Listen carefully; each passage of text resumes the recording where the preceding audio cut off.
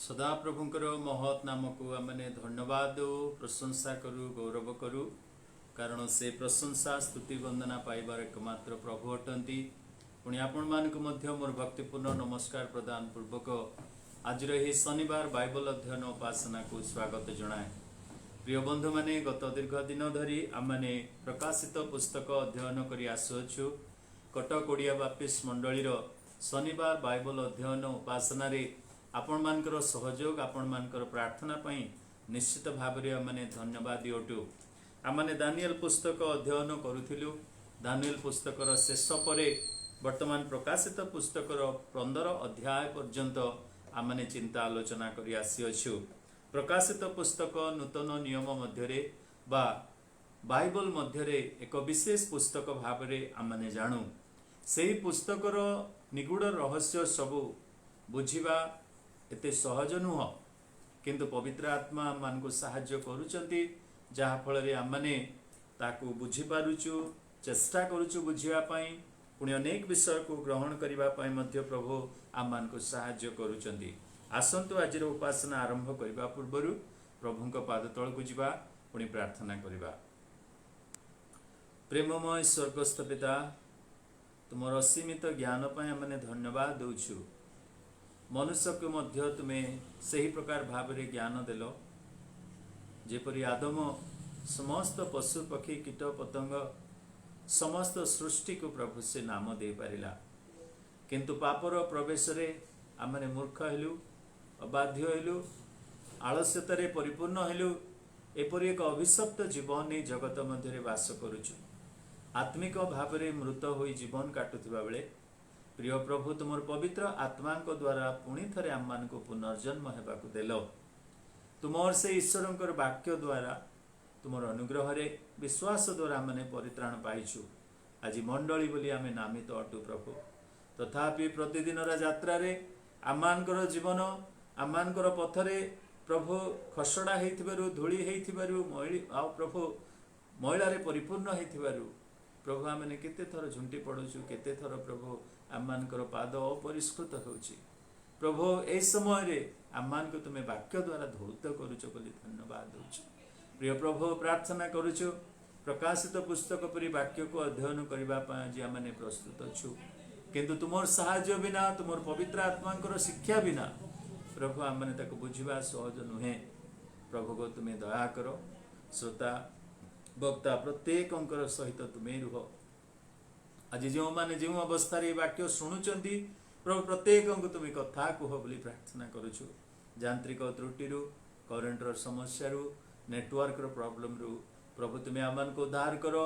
मते मध्य लुचा हजा पुणी प्रभु तुमर गौरव निमंते आजिर एही उपासना को व्यवहार करो। यीशुंक नाम रे मागुअछु, आमेन। प्रिय बंधु माने आमने प्रकाशित पुस्तक तार 15 अध्याय अध्ययन करुछु। आउ एही 15 अध्याय रु आमने देखु 7 वर्षर क्लेशर द्वितीय भाग बा जहा कि 3.5 वर्षर क्लेशर समय मध्य जो समस्त विषय घटिबो, तापरे क्लेश परे जो आर्मागेदन युद्ध रही, गगमाग युद्ध रही, पुणी प्रभु जीशु ख्रीष्टंकर शांति राज्यर विषय सब रही ताहा माने देखिबा। पुणी शेष रे नूतन पृथ्वी नूतन स्वर्ग आम माने देखिबा। प्रिय बंधु माने एही 15 अध्याय मध्य आम माने देखु यह एक छोट अध्याय अटे। प्रकाशित पुस्तकर सबुठारु छोट अध्याय हैला एही प्रकाशित पुस्तक 15 पर्व, कारण एठी आमे केवल 8 गोटी पद देखु। प्रथम 4 पद आम माने गत थर आलोचना करथिलु जे प्रथम 4 पद रे आम माने देखु स्वर्ग रे एक आराधना। स्वर्ग रे प्रभुंकर स्तुति प्रशंसा करुचंती। दूत माने नुह, किरूब माने नुह, सराफ माने नुह, चारि प्राणी 24 प्राचीन नुह, किंतु परमेश्वरंकर प्रशंसा करुचंती जो मानकर कपाल रे कि भंड ख्रीष्टंकर नाम से माने नेले नाई, जो मानकर हस्त रे सेही भंड ख्रीष्टंकर संख्या से माने ग्रहण कले नाई, जो प्रतिमार सम्मुख रे से माने प्रणाम कले नाई, एपरि विजयी साधु माने काच परि स्फटिक समुद्र परि देखा जाउथिबा परमेश्वरंकर वेदीर सन्निधान रे से माने बिना धरी परमेश्वरंकर प्रशंसा करुचंती। एमान को स्वर्गीय साधु बा जगत को विजय करी क्लेश को जय करी से माने स्वर्ग रे प्रवेश करी परमेश्वरंकर प्रशंसा करबा विषय 1 पदरु 4 पद मध्य आम देखुचु। से माने केउ गीत गान करुचंती ना से माने मेष शावकंकर गीत पुणी मशांकर गीत बोली लिखा अछि। प्रिय बंधु माने पुरातन नियम रे विशेष करी जिहुदी मानक पई प्राय 10 गोटी गीत से मानकर मन रे थाए। कौन 10 गोटी गीत अनेक विषय रही। व्यवस्था जिते बेले दिया गला सेठी गोटाए गीत, मूसा जिते बेले कि आउ मिस्र रु बाहर करी आनिले सेही समय रो गीत, दाऊदंकर गीत, बाराक आउ तांकर गोटे गीत, एहीपरि अनेक गीत प्राय 10 गोटी गीत आम माने एही स्थान रे देखु। सेही गीत मानक मध्यरु एही स्थान रे आउ गोटे गीत जोड़ी होउची जहा कि मेष शावकंकर गीत। एही मेष शावकंकर गीत आउ मूसांकर गीत मध्यरे गोटाए सामंजस्य रही बा गोटाए सारांश रही जहा कि परित्राणर विषय। मूसा जेपरि मिस्र रु इस्राएल लोक मानक उद्धार कले ताहेला परित्राण उद्धारर गीत।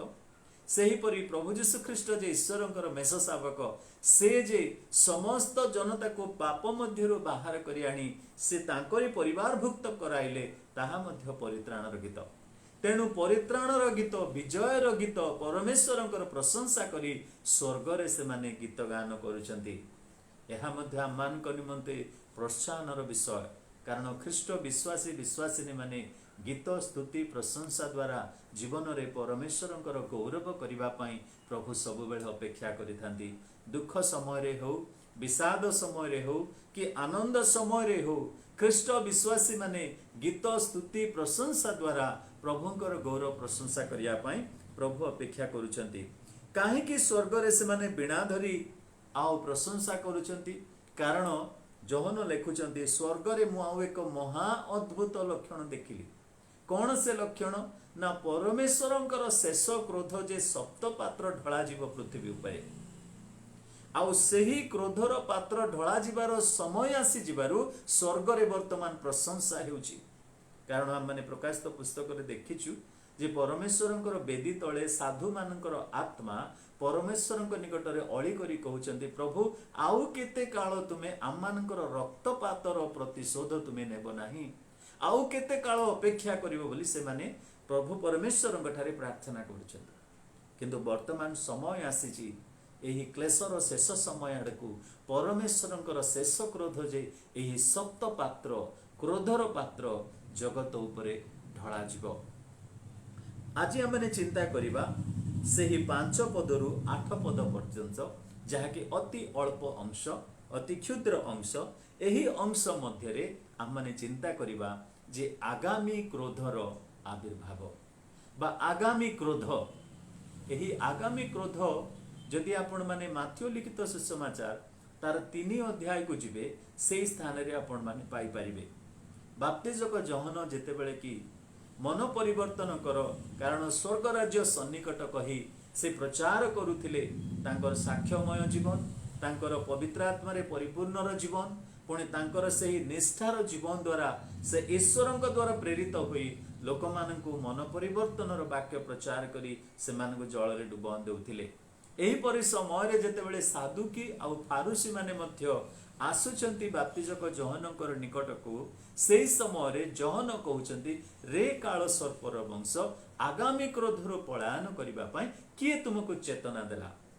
जहन सुचेई दउचंती जे परमेश्वरंकर क्रोध जे आगामी क्रोध, अनुग्रहकारी प्रभु, दीर्घ सहिष्णु प्रभु, दयालु परमेश्वर, सदा सर्वदा जे दया करी रहिबे, सदा सर्वदा जे सहिष्णु ही रहिबे ता नुह। कारण सबुर गोटे सीमा रही। परमेश्वरंकर मध्य दयार सीमा रही, परमेश्वरंकर मध्य अनुग्रहर गोटे सीमा रही। मोर प्रिय बंधु माने आज जदि आमने अनुग्रह प्रचुर भाव में पाउछु, तेबे आम मानकु ताहा मन परिवर्तन करिबा पई कढेई नौ। जेतेबेले महाक्रोधर समय आसीबो सेतेबेले आ अनुग्रह नथिबो। तेणु से आगामी क्रोध विषय रे से मानकु कहउछंती जे किए तुम मानकु चेतेई देला जे आगामी क्रोधरु पलायन करिबा पई तमे आसुअछ बोली। आज से ही आगामी क्रोधर आरंभ हैला प्रकाशित पुस्तक 15 अध्याय 5 पदरु 8 पद। आसंतु हमने चिंता करिबा से विषय। 5 पदरे ए प्रकार भाव रे लिखा जाय, एथिउतारे मु देखिली स्वर्गस्थ साक्ष्य तंबुर मंदिरर द्वार उन्मुक्त हैला।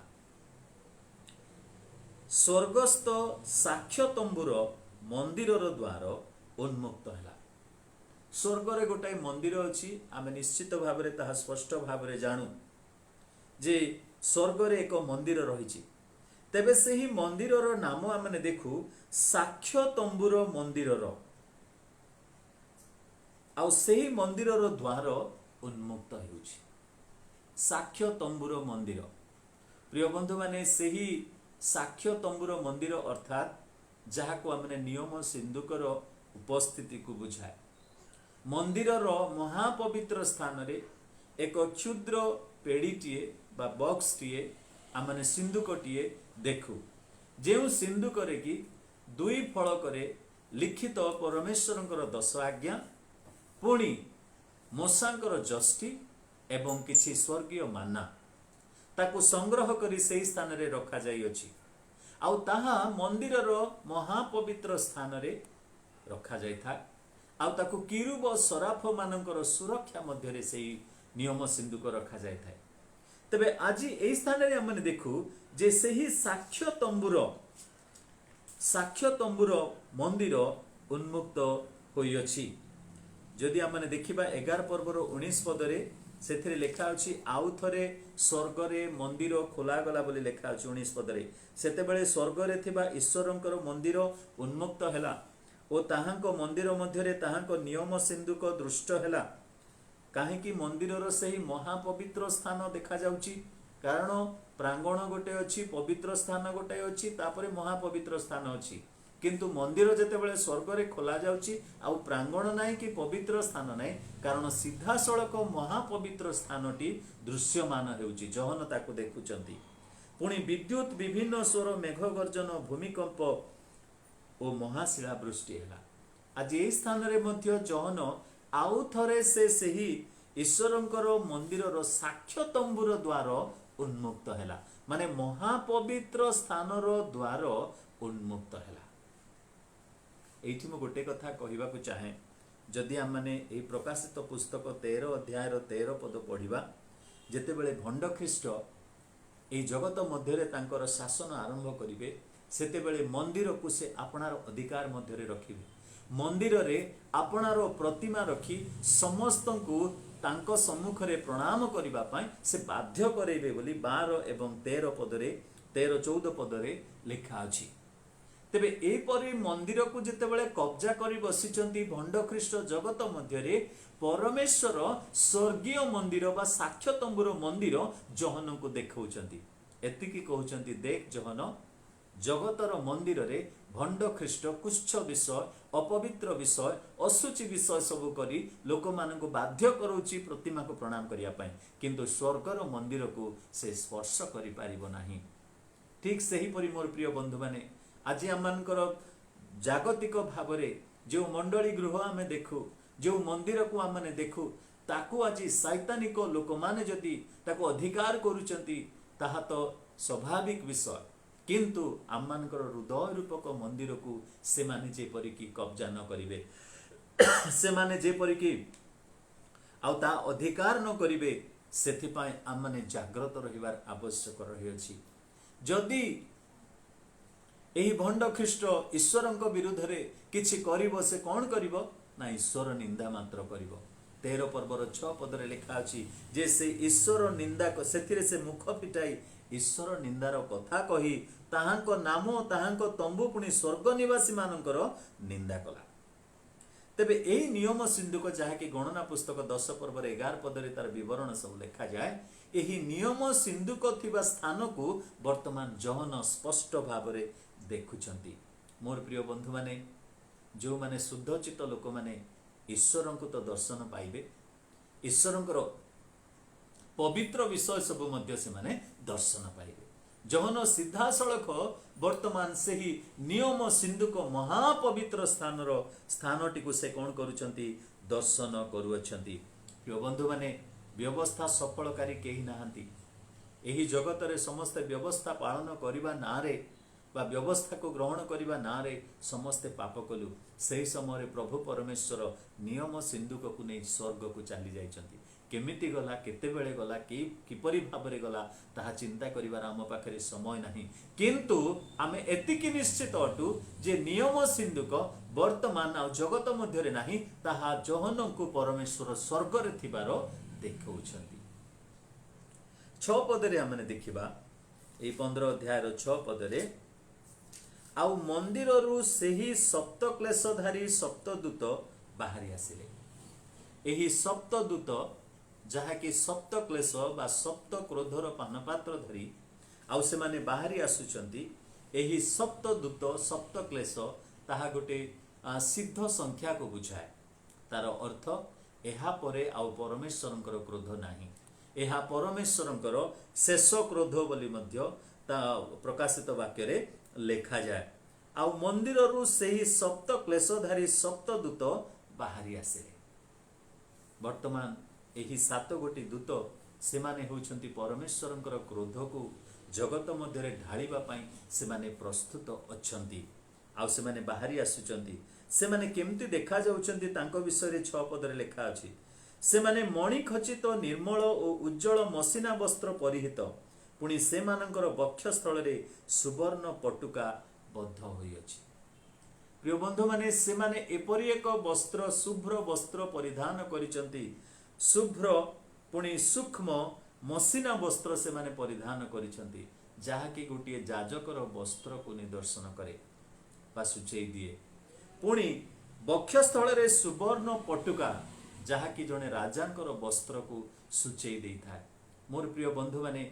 एही राजकीय जाजक वंश हेलु आम्भे माने एही पवित्रतार चिन्ह जहा कि स्वर्गीय दूत मानक द्वारा प्रभु आम मानक देखाउचंती से कहउचंती वर्तमान स्वर्ग रे आउ पवित्रतार स्थान अछि पवित्रतार सौंदर्य रे उपासना करा जाउछि तेणु तुमे माने मध्य एही परि पवित्रतार जीवन काटिबार आवश्यक जहा फल रे स्वर्ग रे आमे पहुंची सेही पवित्रतार स्थान रे आमने पहुंची परिबा पवित्रता जहा कि प्रभु यीशु ख्रीष्ट को बुझाए जे कि एकाधार रे राजा अटंती जाजक अटंती आउ से मध्य भाववादी अटंती एहा माने जाणु किंतु प्रभु आम मानक एही राजकीय जाजक वर्ग भाबरे मनोनीत करिथिबारु एही दूत मानकर वस्त्र द्वारा से आम मानक सूचेई दउचंती 7 पदरे आमने देखिबा सेथिरे चारि प्राणी मध्यरु गोटिए प्राणी अनंत जीवी ईश्वरंक क्रोधरे परिपूर्ण सप्त सुवर्ण पात्र सेही सप्तदूतंकु देले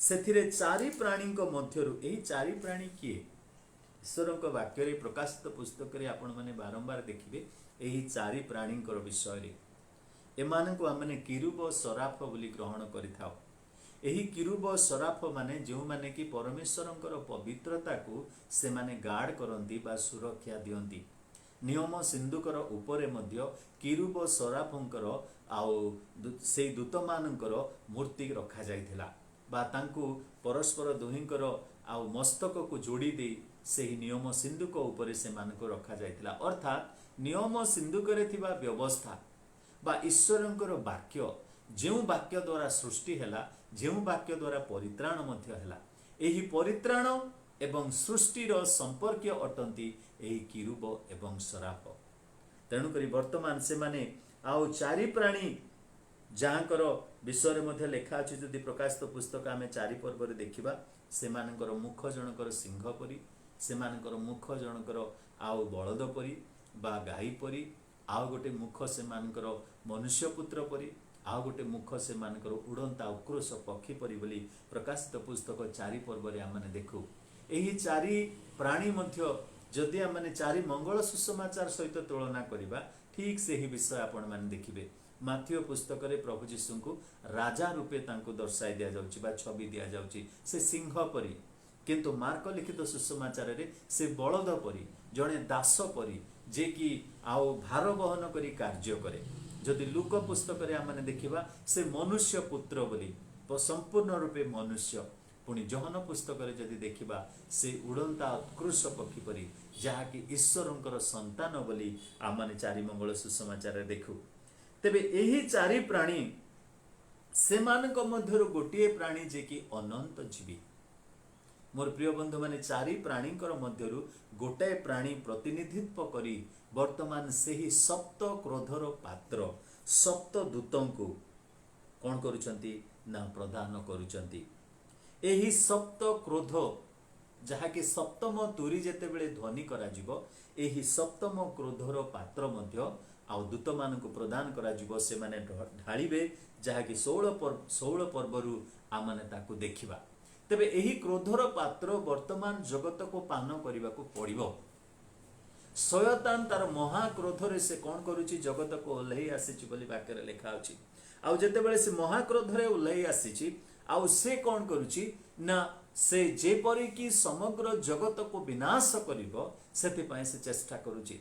विभिन्न प्रकार रो समस्या एपरि की से आउ पाताल रो कुंड को खोलिले पाताल रो कुंड जेतेबेले खोला गला पंगपाल सबु आसिले आउ सेठु मध्य दुष्टात्मा माने आसिले चारि गोटी दूत जो माने कि चारि कोण को धरिबा को आसिले से माने मध्य आसिले। पुणी आमे देखिलु समुद्र मध्यरु गोटे पशु बाहरी आसिला भूमि मध्यरु गोटे पशु बाहरी आसिला जो माने कि भंड ख्रीष्ट आउ भंड भाववादी एपरि दुष्टात्मार एक शासन जगत मध्यरे वर्तमान चालू अछि।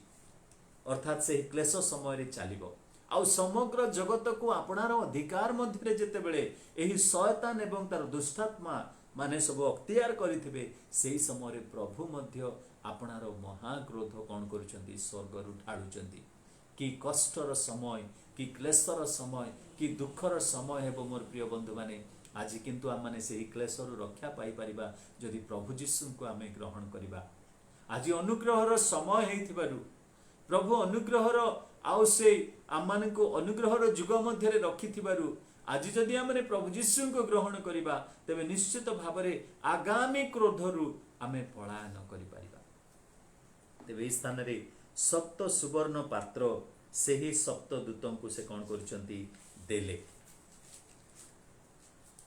8 पद आमने वर्तमान देखिबा 8 पद रे देखंतु आउ ईश्वरंकर गौरव ओ शक्तिर धूमरे मंदिर परिपूर्ण हैला जहा कि परमेश्वरंकर उपस्थिति को बुझाए।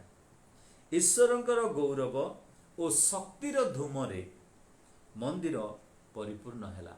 जदि आमने यात्रा पुस्तक देखिबा यात्रा पुस्तक तार 40 अध्याय आउ जदि तार आमने 34 पद पुणी 35 पद पढ़िबा सेथिरे आपण माने देखिबे जेतेबेले समागम तंबू को उत्सर्ग करागला परमेश्वरंकर पाद तले तांको रखागला आउ से समय रे कोन घटिची 34 एवं 35 पद अनंतर मेघ से समागम तंबू आच्छादन कला और सदा प्रभुंकर प्रताप आवास को परिपूर्ण कला।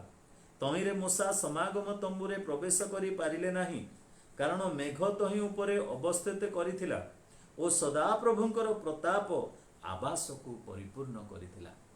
जेतेबेले समागम तंबू ईश्वरंकर कल्पना अनुसार निर्माण करी आउ से माने प्रभुंक निकटरे उत्सर्ग कले सेही समागम तंबुरे परमेश्वरंकर मेघ एवं परमेश्वरंकर प्रताप रे सेही आवास परिपूर्ण हैला जहा फल मूसा मध्य से पवित्र व्यक्ति थिले तथापि से भीतर को प्रवेश करि पारिले नाही।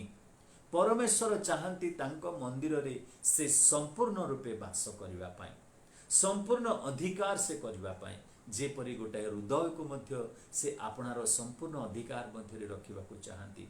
ठीक सही परि जदि हम माने द्वितीय वंशावली तार 7 अध्याय जदि तार माने 1 रु 4 पद पढ़िबा सेथिरे सोलोमन जेतेबेले कि मंदिर को प्रथम मंदिर को निर्माण करी प्रभुंकर पाद तले समर्पण करूचंती आउ सेही विषय प्रभुंकर उपस्थिति कथा सेथिरे लिखा जाउची द्वितीय वंशावली तार 7 अध्याय। सोलोमन प्रार्थना करिवार समाप्त करन्ते आकाशरु अग्नि उल्हाई होम और बलिदान सबु को ग्रास कला और सदाप्रभुंकर प्रताप गृह को परिपूर्ण कला। एणु जाजक माने सदाप्रभुंक गृह रे प्रवेश करि पारिले नाही कारण सदाप्रभुंकर प्रताप सदाप्रभुंक गृह को परिपूर्ण कला। आउ अग्नि उल्हाइबा बेले ओ गृह उपरे सदाप्रभुंकर प्रताप अवस्थिति करिबा बेले समग्र इस्राएल संतान ताहा देखिले और से माने चट्टाण उपरे भूमि रे मुह माड़ी पड़ी प्रणाम कले पुणी सदाप्रभुंकर धन्यवाद करी कहिले से मंगलमय ताहांकर करुणा सदा काल स्थायी। तेबे मोर प्रिय बंधु माने जे जेतेबेले स्वर्गर मंदिर आउ खोला गला, साक्ष्य तंबुर मंदिर द्वार जेतेबेले उन्मुक्त करागला, सेही समय रे परमेश्वरंकर गौरव और शक्तिर धूमरे मंदिर परिपूर्ण हैला। आज आमानकर मंदिर रे परमेश्वरंकर प्रताप, परमेश्वरंकर मेघ, परमेश्वरंकर गौरव, परमेश्वरंकर उपस्थिति की परिपूर्णतार सहित रही अछि। आज आमानकर ईश्वरंक मंदिर की ईश्वरंकर उपस्थिति रे परिपूर्णतारे परिचालित होउछि ताहा माने जानिबा दरकार। कारण ताहा ईश्वरंकर मंदिर। आ प्रभु यीशु कहले ताहा मोर पितांकर प्रार्थनार गृह, तमे दस्यु मानकर गह्वर करियछ। ठीक सेही परि जदि आमानकर व्यक्तिगत जीवन को आमे देखिबा जे प्रभु मंदिर तो तुमर, आउ ए हृदय मध्य तुमर, आउ ए हृदय मध्य रे तुमे कि संपूर्ण भाव रे अधिकार करी बसियछ ना आमे आउ काहाकू से स्थान रे रखियछु। ईश्वरंकर गौरव शक्तिर धूमरे मंदिर कौन हैला परिपूर्ण हैला। ए धूम कौन प्रिय बंधु माने, धूम परमेश्वरंकर विचार को बुझाए। जदि प्रकाशित पुस्तक तार 9 अध्याय 2 पद आमने देखिबा, सेथिरे लेखा अछि, से सेही पाताल कुंड फिटान्ते सेथिरु बृहत भाटीर धूम परि धूम उठिला। आउ सेही पाताल कुंडर धूम हेतु सूर्य पुणी आकाश अंधकार छन्न हैला। ए मध्य परमेश्वरंकर क्रोध को बुझाए। मंदिर मध्यरे वर्तमान परमेश्वर क्रोधरे जर्जरित बा परमेश्वरंकर सेही आ सप्त पात्रर क्रोध, तांकर शेष क्रोध जगत रे ढालिबा पई से वर्तमान मंदिर रे उपस्थित होइचंदी। विचार को बुझाए परमेश्वरंकर विचार सन्निकट। कारण जेतेबेले उसिया राजा मृत्युवरण कले, जिसा मध्य सेही परि गोटे आउ दर्शन से देखुचंदी। जिसा पुस्तक तार 6 पर्वर आ जदि आमने 4 पद पढ़िबा, सेतेबेले घोषणाकारीर रबरे द्वार सम्मुख स्थानर मूलदुआ कंपित हैला ओ गृह धूमरे परिपूर्ण हैला। जिसा भविष्यत वक्ता मध्य जेतेबेले उसिया राजांकर मृत्यु परे प्रभु परमेश्वर को से सिंहासन रे बसिथिबार देखिले, आउ से कौन देखुचंती, तांकर शक्तिर धूम से मंदिर रे परिपूर्ण हैला। अर्थात जिसा भविष्यत वक्तांकर आउ से ही वाक्य मध्य भविष्यवाणी मध्य विचारर भविष्यवाणी थिला। कारण जिसाय भविष्यत वक्ता कहते, उठ उठ तुमे दीप्तिमती हुओ, उठ जाग तुमर धूली झाड़ी हुओ, तुमे आसन रे बस, कारण तुमर गलारे बंधा जाइथिबा समस्त विषय तुमे खोली पकाओ। परमेश्वरंक निकटरे क्रंदन कर। तुमको किए साहाय्य करिवो? मिसर साहाय्य करिवो ना आसेर साहाय्य करिवो ना बाबिलोन साहाय्य करिवो जे तुमे तांको उपरे आउजी पडुच?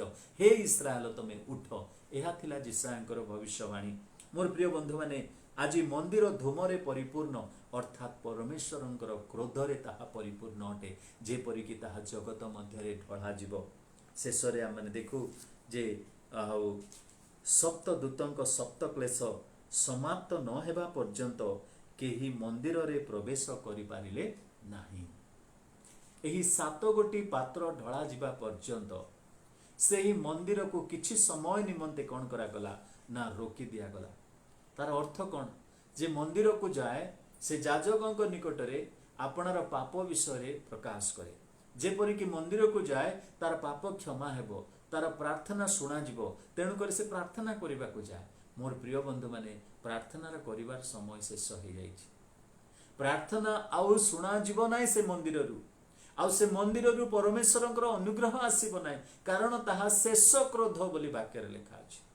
एही सप्त क्लेशर पात्र जेतेबेले ढळा जीवो, से समय रे कौनसी प्रार्थना मध्य शुणा जीवो नाइ। तेणु मंदिर द्वार रुद्ध करा गला। जेपरि से दिन आवास तंबुरे मशा प्रवेश करि पारले नाइ, सेपरि आजि कौनसी विश्वासी को कौनसी आउ काहाकू प्रार्थना करिवार सुजोग नथिबो। एही परि एक संकट दिन आसु अछि। प्रिय बंधु माने, आज आमने एही पुस्तक मध्यरु एही 5 पदरु सूक्ष्म विषय रे आमने चिंता कलु जे स्वर्ग रे साक्ष्य तंबुर मंदिर आउ द्वार खोला गला। सेथिरे 4 प्राणी मध्यरु गोटे प्राणी परमेश्वरंकर महाक्रोधर पात्र सप्त दूतंक हाथ रे सप्त क्लेश समर्पण कले। ସେହି ସମୟରେ ମନ୍ଦିର ଧୂମରେ ପରିପୂର୍ଣ୍ଣ ହେଲା। ପରମେଶ୍ୱରଙ୍କର ମେଘରେ ଗୌରବରେ ପରିପୂର୍ଣ୍ଣ ହେଲା। ପରମେଶ୍ୱର ବର୍ତ୍ତମାନ ଉପସ୍ଥିତ ଅଛନ୍ତି, ଯେପରି ଜଗତକୁ ବିଚାର କରିବେ। ଏହି 7 ବର୍ଷର ଶେଷ ଆଡ଼କୁ ଯେଉଁ 3.5 ବର୍ଷର ମହାକ୍ଲେଶ ବୋଲି କୁହାଯାଏ, ସେହି ସମୟରେ ଏହି 7 ଗୋଟି କ୍ରୋଧର ପାତ୍ର ଢଳାଯିବ। ଆଜି ବି ଆମମାନଙ୍କୁ ସମୟ ଅଛି, ଆଜି ବି ଅନୁଗ୍ରହର ସମୟ। ପ୍ରଭୁ ବାକ୍ୟରେ ଯେପରି ପ୍ରକାଶ କରନ୍ତି ଲୁକ ପୁସ୍ତକ ତାର 21 ପର୍ବର 18 ପଦରେ, ତୁମର ମସ୍ତକର ଗୋଟେ କେଶ ମଧ୍ୟ ନଷ୍ଟ ହେବ ନାହିଁ। ତୁମେ ମୋ ନାମରେ ନିନ୍ଦିତ ହେବ, ଅପମାନିତ ହେବ, ଘୃଣିତ ହେବ, କିନ୍ତୁ ମୁଁ କହୁଛି ତୁମର ମସ୍ତକର ଗୋଟେ କେଶ ମଧ୍ୟ ଲୋପ ପାଇବ ନାହିଁ, ନଷ୍ଟ ହେବ ନାହିଁ। ପ୍ରିୟ ବନ୍ଧୁମାନେ, ପ୍ରଭୁ ଆମମାନଙ୍କୁ ସେପରି ସୁରକ୍ଷା ଦେଇ ରଖିଛନ୍ତି, ଯେପରିକି ଜେରୁସାଲେମର ଚତୁର୍ଦିଗରେ ପର୍ବତମାନ ରହିଅଛି। ଗୀତ 125ର 2 ପଦରେ ଲେଖାଯାଏ ଯେ ପ୍ରଭୁଙ୍କର ଲୋକମାନଙ୍କର ଚାରି ଚତୁର୍ଦିଗରେ ପ୍ରଭୁ ସେମିତି କରି ରଖିଛନ୍ତି। ଯଦି ଆପଣମାନେ ଗୀତ ତାର 24ର ମଧ୍ୟ ଆଉ ଦେଖିବେ ଯେ ସେଥିରେ ଲେଖା ଅଛି, ଯେଉଁମାନେ ସଦାପ୍ରଭୁଙ୍କୁ ଭୟ କରନ୍ତି ପ୍ରଭୁ ସେମାନଙ୍କର ଚତୁର୍ଦିଗରେ ଅଗ୍ନିର ବାଡ଼ ଦେଇକି ରଖନ୍ତି। ପ୍ରିୟ ବନ୍ଧୁମାନେ, ଆମମାନଙ୍କର ଚତୁର୍ଦିଗରେ ଏପରି ସ୍ୱର୍ଗୀୟ ଦୂତମାନଙ୍କର ସୁରକ୍ଷା ଯେ ରହିଛି ଆମେ ଦେଖିପାରୁନୁ। ସେଦିନ ଇଲିଶା ତାର ସେବକଙ୍କୁ ପଠେଇଲେ ଯେ ଯାହା ଦେଖିବୁ ଆମର ଚାରି ଚତୁର୍ଦିଗରେ କେଉଁମାନେ ଅଛନ୍ତି। ଯେଉଁମାନେ ଆମର ଚାରି ଚତୁର୍ଦିଗରେ ଅଛନ୍ତି ଆରାମର ରାଜାର ସୈନିକମାନଙ୍କ ଠାରୁ ଆମେ ଅଧିକ ବୋଲି ଇଲିଶା କହିଲେ, କିନ୍ତୁ ସେଇ ଯୁବା ଲୋକଟି ଦେଖିପାରିଲା ନାହିଁ। ସେତେବେଳେ ସେ ପ୍ରଭୁଙ୍କ ନିକଟରେ ପ୍ରାର୍ଥନା କଲେ। ପ୍ରାର୍ଥନା କରି କହୁଛନ୍ତି, ପ୍ରଭୁ ଏଇ ଯୁବାର ତୁମେ ଦୃଷ୍ଟି ଖୋଲି ଦିଅ, ଆର ଚକ୍ଷୁ ଉନ୍ମୁକ୍ତ କର, ଯେପରିକି ଏ ଦେଖିପାରିବ। ଯେତେବେଳେ ପ୍ରଭୁ ତାର ଚକ୍ଷୁ ଖୋଲିଦେଲେ, ସେ ପର୍ବତରେ ଥିବା ଅଗ୍ନିମୟ ରଥ ଆଉ ସ୍ୱର୍ଗୀୟ ଦୂତମାନଙ୍କୁ ଦେଖିଲେ। ମୋର ପ୍ରିୟ ବନ୍ଧୁମାନେ, ଆଜି ପ୍ରଭୁ ଆମମାନଙ୍କୁ ଏତେ ଦୟା ଅନୁଗ୍ରହ କରି ଏପରି ସୁରକ୍ଷା ଦେଇ ରଖିଛନ୍ତି, କାରଣ ଶୟତାନର କବଳରୁ, ଶୟତାନର ପରୀକ୍ଷାରୁ, ଶୟତାନର ସମସ୍ତ ପ୍ରକାର ଆକ୍ରମଣରୁ ଉଦ୍ଧାର କରିବା ପାଇଁ ଆମ ଚତୁର୍ଦିଗରେ ପ୍ରଭୁ ଅଗ୍ନିର ବାଡ଼ ବାନ୍ଧିଛନ୍ତି। ଆମେ ଭାବୁଛୁ ଆଜି ଆମର ବଳ ସକାଶୁ, ଆମର ଧାର୍ମିକତା ସକାଶୁ, ଆମର ଜ୍ଞାନ ସକାଶୁ ଆମେ ବଞ୍ଚି ଯାଉଛୁ। ଅନ୍ୟମାନେ କରୋନାରେ ମରିଯାଉଛନ୍ତି, କିନ୍ତୁ ଆମମାନେ ମାସ୍କ ପିନ୍ଧିଛୁ, ଆମେ ଗ୍ଲୋଭ୍ସ ପିନ୍ଧିଛୁ, ଆମେ ଭିଟାମିନ୍ ଖାଉଛୁ, ତେଣୁକରି ଆମେ ବଞ୍ଚି ଯାଉଛୁ, ଆମର ଦେହରେ ବଳ ଅଛି ବୋଲି ବଞ୍ଚି ଯାଉଛୁ। ନା, ପ୍ରଭୁ ଆମମାନଙ୍କୁ ସୁରକ୍ଷା ଦେଇଛନ୍ତି। କିନ୍ତୁ ଏପରି ଗୋଟେ ଦିନ ଆସୁଛି, କ୍ଲେଶର ସମୟ, ଯେଉଁ ସମୟରେ କି ଆଉ ଅନୁଗ୍ରହ ନଥିବ, କେବଳ ଦଣ୍ଡ ଥିବ। ତେଣୁକରି ଆମମାନଙ୍କୁ ପ୍ରସ୍ତୁତ ହେବାର ଆବଶ୍ୟକ ରହିଅଛି। ପ୍ରଭୁ ଅନୁଗ୍ରହ କଲେ ଆମମାନେ ଆଗାମୀ ଦିନ ପ୍ରକାଶିତ ପୁସ୍ତକ ତାର 16 ଅଧ୍ୟାୟକୁ ଚିନ୍ତା କରିବା। ପ୍ରଭୁ ଆମମାନଙ୍କୁ ପ୍ରତ୍ୟେକଙ୍କୁ ଆଶୀର୍ବାଦ କରନ୍ତୁ। ଯଦି କିଛି ପ୍ରଶ୍ନ ରହୁଛି, ବୁଝିବାର ସମସ୍ୟା ହେଉଛି, ଆପଣମାନେ ହ୍ୱାଟ୍ସଆପ୍ରେ ମୋତେ ମେସେଜ କରିବେ। ଆମମାନେ ଚେଷ୍ଟା କରିବା ଆଗାମୀ ଦିନରେ ତାକୁ ଯେପରି ଆଲୋଚନା କରିପାରିବା। ପ୍ରଭୁ ଆପଣମାନଙ୍କୁ ଆଶୀର୍ବାଦ କରନ୍ତୁ। ଆସନ୍ତୁ ଆମମାନେ ପଦେ ପ୍ରାର୍ଥନା କରିବା। ସ୍ୱର୍ଗୀୟ ପିତା, ଆମେ ତୁମର ଧନ୍ୟବାଦ ଦେଉଛୁ। ଶେଷ ଦିନ ଯେ ଭୀଷଣ ସମୟ ଉପସ୍ଥିତ ହେବ, ଲୋକେ ଆତ୍ମପ୍ରେମୀ ହେବେ, ସ୍ୱାର୍ଥୀ ହେବେ, ଅବାଧ୍ୟ ହେବେ, ପିତାମାତାଙ୍କୁ ପ୍ରେମ କରିବେ ନାହିଁ। ଏପରି ଗୋଟେ ଦିନ ପ୍ରଭୁ ଆସୁଛି। ପ୍ରଭୁ କ୍ଲେଶର ସମୟ ମଧ୍ୟ ଆସୁଛି। ସପ୍ତ ମୁଦ୍ରା ଭଙ୍ଗାଯିବ, ସପ୍ତ ତୁରୀ ଧ୍ୱନି କରାଯିବ, ସପ୍ତ କ୍ଲେଶର ପାତ୍ର ଯେତେବେଳେ ଢଳାଯିବ, ପାତଳ କୁଣ୍ଡ ଖୋଲାଯିବ, ସୂର୍ଯ୍ୟ ଚନ୍ଦ୍ର କଳା ହେବେ, ଭୂମିକମ୍ପ ହେବ, ଆଉ ପ୍ରଭୁ ନଦ ନଦୀର ଜଳ ପ୍ରଭୁ ରକ୍ତମୟ ହେବ, ସମୁଦ୍ର ପ୍ରଭୁ ଶୁଷ୍କ ହେବ। ଏପରି ବିଭିନ୍ନ କଷ୍ଟର ବିଷୟ ସବୁ ରହିଛି। ସେ ସଙ୍କଟରୁ ଉଦ୍ଧାର କରିବା ପାଇଁ ଆଜି ଆମମାନଙ୍କୁ ଅନୁଗ୍ରହର ସମୟ ମଧ୍ୟରେ ରଖିଛୁ। ବେଳ ଥାଉ ଥାଉ ଯଦି ପ୍ରଭୁ ଆଜି ଆମେ ତୁମର କୃଷ ନିକଟକୁ ଆସିବୁ ନାହିଁ, ତୁମ ନିକଟକୁ ଆସିବୁ ନାହିଁ, ତେବେ ନିଶ୍ଚିତ ଭାବରେ ଆମେ ମଧ୍ୟ ଦଣ୍ଡ ଭୋଗିବୁ। ଆମେ ମଧ୍ୟ ପ୍ରଭୁ କ୍ଲେଶ ମଧ୍ୟ ଦେଇଯିବୁ। ତେଣୁକରି ପ୍ରାର୍ଥନା କରୁଛୁ, ପ୍ରଭୁ ଆମମାନଙ୍କର ହୃଦୟକୁ ଚୂର୍ଣ୍ଣ କରି ଭାଙ୍ଗି ପ୍ରଭୁ ଆମମାନେ ଯେପରି ଅନୁତାପ କରି ତୁମ ନିକଟକୁ ଫେରି ଆସିବୁ, ସେଥିପାଇଁ ତୁମେ ଦୟା କର। ପ୍ରଭୁ ତୁମର ବାକ୍ୟର ଗଭୀରତା ବୁଝେଇବା ପାଇଁ ମୋ ପାଖରେ ଜ୍ଞାନ ନାହିଁ, ତଥାପି ତୁମେ ମୋତେ ସାହାଯ୍ୟ କରୁଛ କିଛି ଚିନ୍ତା ପ୍ରଭୁ ସଂଗ୍ରହ କରିବା ପାଇଁ। ତେଣୁ ଧନ୍ୟବାଦ ଦେଉଛି। ଗୌରବ, ମହିମା, ସମ୍ଭ୍ରମ ତୁମେ ପାଅ। ପ୍ରଭୁ କରେଣ୍ଟର ସମସ୍ୟାରୁ, ସବୁ ବିଷୟରୁ ପ୍ରଭୁ ତୁମେ ଉଦ୍ଧାର କରି ରଖିଲ। ଆମମାନଙ୍କୁ ଆରମ୍ଭରୁ ଶେଷ ପର୍ଯ୍ୟନ୍ତ ପ୍ରଭୁ କୁଶଳରେ ଏହି ଉପାସନା ଶେଷ କରିବାକୁ ଦେଲ ବୋଲି ଧନ୍ୟବାଦ ଦେଇ ପ୍ରିୟ ପ୍ରଭୁ ଯୀଶୁଙ୍କ ନାମରେ ମାଗୁଅଛୁ, ଆମେନ୍। ପ୍ରେମ, ତ୍ରାଣକର୍ତ୍ତା ପ୍ରଭୁ ଯୀଶୁ ଖ୍ରୀଷ୍ଟଙ୍କର ଅନୁଗ୍ରହ ଏବଂ ଦୟା, ପବିତ୍ର ଆତ୍ମାଙ୍କର ଚିରନ୍ତନ ଶାନ୍ତି, ସୁମଧୁର ସହଭାଗିତା, ଚେତନା, ପ୍ରେରଣା, ସାନ୍ତ୍ୱନା ଆମ ସମସ୍ତଙ୍କ ପ୍ରତି ସଙ୍ଗେ ରହି ଉପକାର କରନ୍ତୁ, ଆମେନ୍, ଆମେନ୍। ସୁଖରେ ରୁହନ୍ତୁ, ଶାନ୍ତିରେ ରୁହନ୍ତୁ, ସୁରକ୍ଷିତ ରୁହନ୍ତୁ। ପ୍ରଭୁ ଆପଣମାନଙ୍କୁ ଆଶୀର୍ବାଦ କରନ୍ତୁ।